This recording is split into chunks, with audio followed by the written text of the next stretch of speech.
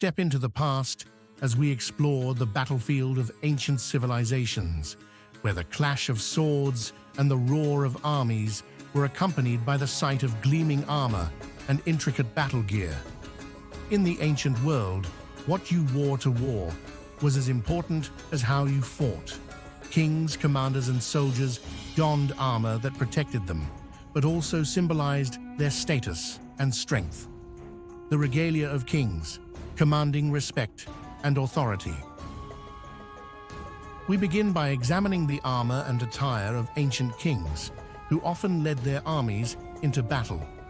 These rulers were not only military leaders, but also symbols of divine authority. Their battle gear was designed to reflect this. In ancient Egypt, for example, pharaohs wore armor inlaid with gold and adorned with symbols of power, such as the uraeus, a cobra figure believed to offer divine protection.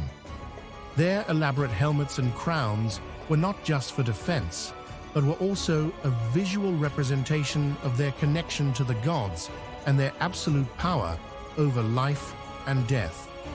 Moving westward, the armor of Greek kings and commanders, like that of Alexander the Great, was iconic and instantly recognizable. The muscled cuirass, a bronze chest plate sculpted to resemble an idealized male torso, was as much a statement of strength as it was a practical piece of armor. This gear signified not only the wearer's physical prowess, but also their leadership and heroism, rallying their troops and striking fear into the hearts of their enemies. Commanders in the field, strategic and symbolic armor. From kings to their commanders, we explore the armor worn by those who led troops into battle.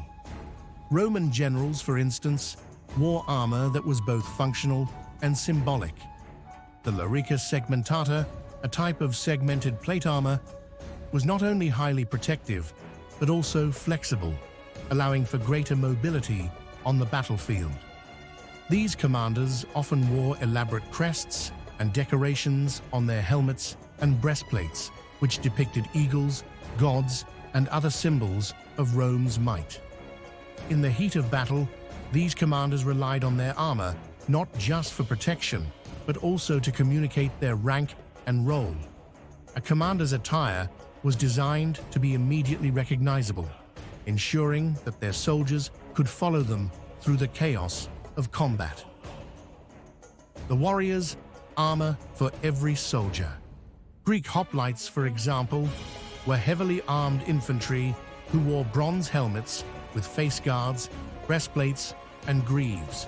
Their equipment was designed to provide maximum protection while still allowing them to maintain the tight phalanx formation that was key to Greek military strategy. Roman legionnaires, on the other hand, were equipped with the scutum, a large rectangular shield that covered most of their body, paired with the gladius, a short sword perfect for thrusting in close combat. Their gear was optimized for the disciplined, formation-based tactics that made the Roman army one of the most feared in the ancient world. Not all soldiers were as heavily armored. Lightly armed skirmishers or archers wore minimal armor, prioritizing speed and mobility over protection. These warriors relied on their agility and quick reflexes to harass enemy lines, drawing them into ambushes or forcing them to break formation. Weapons and symbols, the power behind the armor. Finally, we delve into the weapons and symbols that accompanied this armor. Swords, spears, and bows were not just tools of war, but also emblems of a warrior's status and skill. A king's sword, often lavishly decorated, was a symbol of his right to rule, while a general's spear might be adorned with markings that reflected his victories in battle. Beyond weapons, the banners and crests that soldiers carried were vital for maintaining morale and cohesion on the battlefield.